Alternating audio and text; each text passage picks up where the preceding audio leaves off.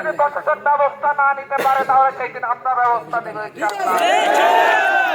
রিক্সা চালক আসবে এখানে, সিএনজি ড্রাইভার আসবে এখানে, সকল ছেলেমাঝি আসবে এখানে, সবাই আসবে, হাতের নারী পুরুষ সবাই আসবে।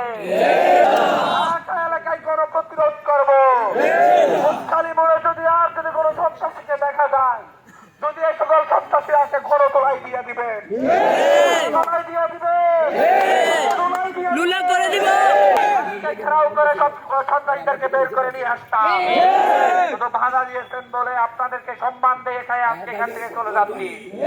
আমরা এসব মরণে ভয় পাই না, আমরা বসতে প্রস্তুত, আমরা মরবো কিন্তু আমরা হাতিয়া দিব না, আমরা মরবো কিন্তু হাতিয়াকে বর্গা দিব না, আমরা মরবো কিন্তু সন্ত্রাসীদের হাতে হাতিয়াকে ছেড়ে দিব না। আমরা বসতে প্রস্তুত। রিটার্নিং অফিসারের দায়িত্ব আমাদের নিরাপত্তা নিশ্চিত করা প্রশাসনকে দিয়ে, কারণ সকল প্রশাসন এখন ওনার আন্ডারে, ওনার আন্ডারে না, আন্ডারে না।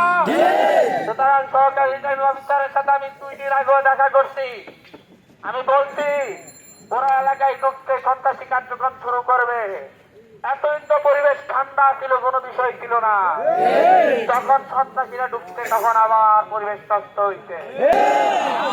যদি 2 তারিখে ঢুকে আমাদের উপর যদি আবার হামলা করা হয়, যদি 2 তারিখের মধ্যে যদি প্রশাসন ব্যবস্থা না নিতে পারে তাহলে সেই দিন আমরা ব্যবস্থা নেব।